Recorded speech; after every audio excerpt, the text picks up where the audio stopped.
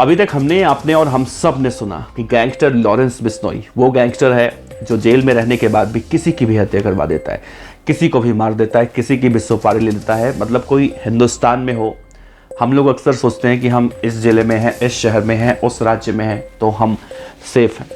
लेकिन लॉरेंस बिश्नोई अब तक जितने भी दावे करता रहा है, चाहे कोई किसी भी कंट्री में क्यों ना हो, वो कितना भी ताकतवर क्यों ना हो, लॉरेंस बिश्नोई ने अगर एक बार ठान लिया तो उसे मरवा देता है। अब इसका जीता जागता उदाहरण हमने देखा, सिद्धू मूसेवाला का भी देखा, राजू ठेहट का भी देखा, सुखदेव सिंह गोगामेड़ी का देखा। लेकिन लॉरेंस बिश्नोई का अब वो समय खत्म हो चुका है, खासतौर से माफ कीजिएगा, सुखदेव सिंह गोगामेड़ी की हत्या के बाद।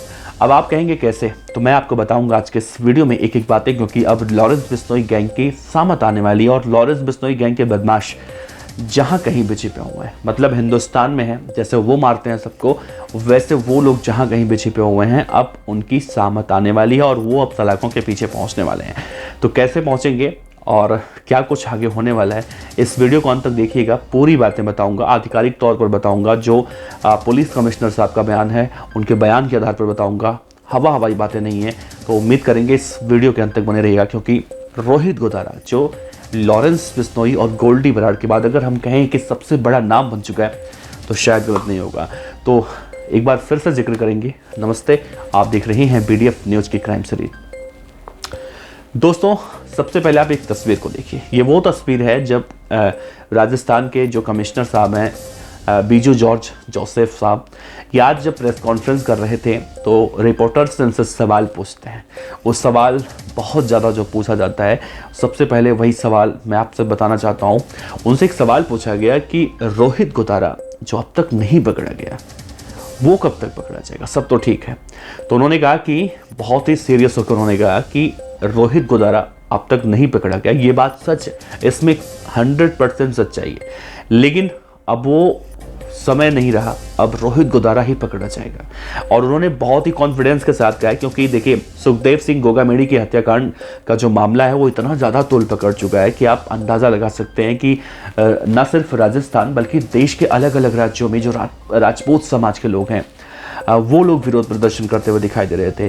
तो इस केस के बाद बहुत कुछ बड़ा होने वाला है। दूसरा, ये नवीन फौजी को लेकर उन्होंने कहा, माफ़ कीजिएगा, नवीन शेखावत उसका नाम है, उसको लेकर उन्होंने कहा है कि नवीन शेखावत का रोल उतना है जितना इन दोनों शूटरों का है। मतलब जो राठौड़ है, रोहित राठौड़ और नितिन फौजी, इन्होंने जितना मारकर अपराध जितना बड़ा किया है, उतना ही अपराध, जो भी अपराध इन पर लगेगा, जो भी धाराएं इन पर लगेगी, वही धाराएं नवीन शेखावत जो इस दुनिया में नहीं है, वो मारा जा चुका है, उसका जगह निकांड उतना है।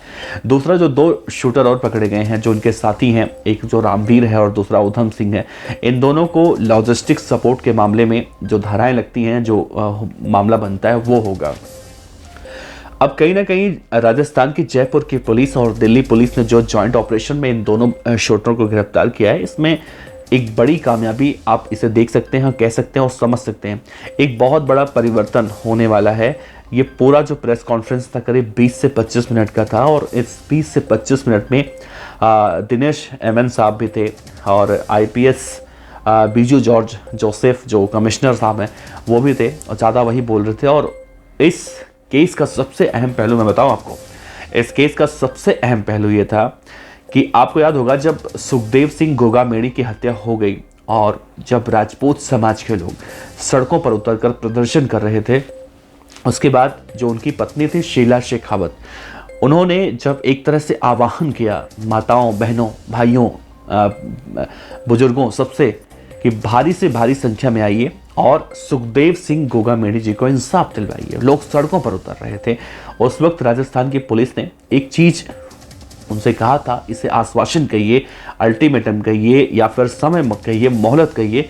उन्होंने कहा था आप हमें 72 घंटे का समय दीजिए और हम 72 घंटे के अंदर जितने भी आरोपी इस मामले में हैं उन सबको लाके पटक देंगे, गिरफ्तार कर लेंगे। देखिए 72 घंटे का समय बीता और आरोपी गिरफ्तार हुए। अब इसका सबसे अहम पहलू यही है कि जो आप तस्वीरों में देख रहे हैं, बीजू जॉर्ज जोसेफ साहब जो प्रेस कॉन्फ्रेंस कर रहे हैं, उसके उनके पीछे जो पुलिसकर्मी हैं, जो भी उस SIT की टीम में हैं, इन्होंने गोगामेड़ी की हत्या के बाद आज तक यानी शूटरों की गिरफ्तारी तक रात दिन काम किया, रात दिन काम किया। और ये बहुत बड़ी बात है।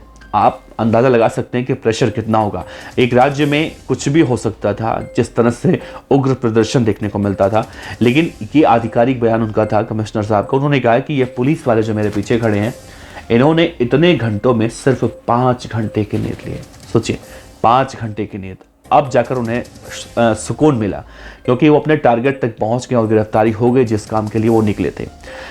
कहा तो ये जा रहा है कि नवीन जो था वो तो मारा गया है, नवीन शेखावत, और फौजी और जो रोहित राठौड़ है ये गिरफ्तार हो चुके हैं। एक उनके साथी हैं 2, वो भी गिरफ्तार हो चुके हैं। मतलब 5 किरदार जो हैं इस मामले में वो तो पुलिस के पकड़ में हैं। बाकी 7 से 8 लोग और हैं। वो 7 से 8 लोग कौन हैं, ये पुलिस के लिए बहुत बड़ी चुनौती है। लेकिन पुलिस ने अभी इसका पत्ता भी खुला नहीं है, खुलासा नहीं किया है। क्योंकि अगर पुलिस प्रेस कॉन्फ्रेंस में अगर ये सब बातें करती है तो शायद वो शूटर अलर्ट हो जाए और भाग जाए। तो इसमें सबसे जो बड़ा नाम है वीरेंद्र चारण का। वीरेंद्र चारण के किस्से भी बहुत इस वक्त सुने और सुनाए जा रहे हैं, लेकिन वो इस वक्त यहाँ है नहीं।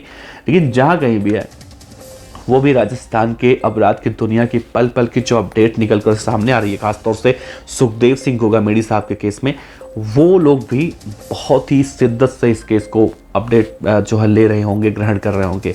उनके लिए भी साफ तौर से ये अल्टीमेटम ही है पुलिस की तरफ से कि भाई जहाँ कहीं भी हो, अब बहुत जल्दी गिरफ्तार होकर यहाँ पर आने वाले हो। और राजस्थान में ये तो बिल्कुल नहीं चलने वाला, क्योंकि राजस्थान में अब सत्ता बदल चुकी है। राजस्थान में अब सत्ता बदल चुकी है। एक सवाल मुझे बहुत अच्छा लगा इस प्रेस कॉन्फ्रेंस में। एक सवाल एक पत्रकार साहब ने पूछा कि जब सुखदेव सिंह गोगामेडी लगातार अपने लिए सुरक्षा की गुहार लगा रहे थे, उनकी मांगे उस वक्त क्यों नहीं सुनी गई। हालांकि इस मामले में जो कमिश्नर साहब हैं बीजू जॉर्ज जोसेफ साहब, उन्होंने साफ तौर से यही कहा कि ये मामला कहीं पर चल रहा है, कहीं पर शिकायत की गई है, इस बारे में मैं टिप्पणी नहीं कर सकता। और जब वो मामला कहीं और चल रहा है तो टिप्पणी करने की कोई ज़रूरत भी, आवश्यकता भी नहीं है, ये अलग मामला है। लेकिन इस केस के सामने आने के बाद देखिए एक चीज़ बहुत हो रही है। अब आप सोचिए क्या हो रही है, राजनीति भयंकर हो रही है। कोई कह रहा है लॉरेंस बिश्नोई के नाम पर कि हमें मारा जा रहा है, हमें मारा जा रहा है, हम ये करेंगे, हम वो करेंगे। तरह तरह की बातें जो निकल कर सामने आ रही हैं। तो इन सब बातों में कितनी सच्चाई है नहीं पता, कितनी राजनीति हो रही है नहीं पता। उनकी जो पत्नियां हैं सुखदेव सिंह गोगामेडी जी की, तीनों पत्नियां, वो आपस में लड़ रही हैं, शायद प्रॉपर्टी को लेकर लड़ रही हैं या किस चीज़ को लेकर लड़ रही हैं नहीं पता। लेकिन जो सोशल मीडिया पर खबरें चल रही हैं उसमें देखने में यही मिलता है। देखिए 3 पत्नियां हैं उनकी, और तीनों अब एक के बाद एक लड़ रही हैं। तो अब वो लड़ाई तो यही है ना, कि लड़ाई यही है कि प्रॉपर्टी का जो डिस्ट्रीब्यूट है वो कैसे किया जाए। तीनों अपने आप को बता रही हैं प्रबल दावेदार कि मैं पहली पत्नी हूँ, दूसरी हूँ, तीसरी हूँ, सबसे ज़्यादा मेरे साथ रहते थे, मुझे मानते थे। अब इन सब बातों में एक चीज़ मिस हो रही है, वो ये कि तीनों मांग तो कर रही हैं कि हाँ उन सुखदेव गोगामेडी के हत्यारों को पकड़ा जाए। लेकिन इन सब बातों को लेकर ज़्यादा चीज़ें निकल कर सामने आ रही हैं। जो सोशल मीडिया पर देखिए हर कोई इस चीज़ को मॉनिटर कर रहा है और देख रहा है, सुन रहा है, समझ रहा है। खैर उनका हक है, वो जाने अब कानूनन वो अपना हक कैसे लेती हैं, ये सब उनका मतलब सबक है या परेशानी है, उनकी परेशानी है। इसमें कुछ कोई कह नहीं सकता है। लेकिन एक चीज़ है, अब राजस्थान में देखिएगा बहुत जल्दी बड़ा बदलाव देखने को मिलेगा। और हो सकता है कि आने वाले समय में किसी भी गैंगस्टर का, बड़े गैंगस्टर का एनकाउंटर ना हो जाए आनंद पाल की तरह, तो शायद गलत नहीं होगा। क्योंकि एक समय आनंद पाल के भी जो गुर्गे थे वो इसी तरह से दहशत मचाया करते थे। लेकिन जो प्रेस कॉन्फ्रेंस में आज दिनेश हेमन साहब बैठे आपको दिखाई दे रहे हैं, इन्होंने उस आनंद पाल को भी खत्म किया था। तो हो ना हो बहुत जल्दी राजस्थान में ये सब कुछ होने वाला है। और एक अहम बात और मैं कहूँगा, शायद मैंने जिक्र किया हो, दोबारा रिपीट कर रहा हूँ। एक आरोपी पकड़ाया गया है जो सोशल मीडिया पर रोहित गोदारा के नाम से उसने फर्जी आईडी बनाकर इस जिम्मेदारी वाला पोस्ट लिखा था, बाद में उसने डिलीट कर दिया था। उसकी भी गिरफ्तारी हो चुकी है, उसका भी चेहरा देखिए। यही वो शख्स जिसने रोहित गोदारा के नाम से फर्जी आईडी बनाई थी। तो ये अपडेट था इस खबर में।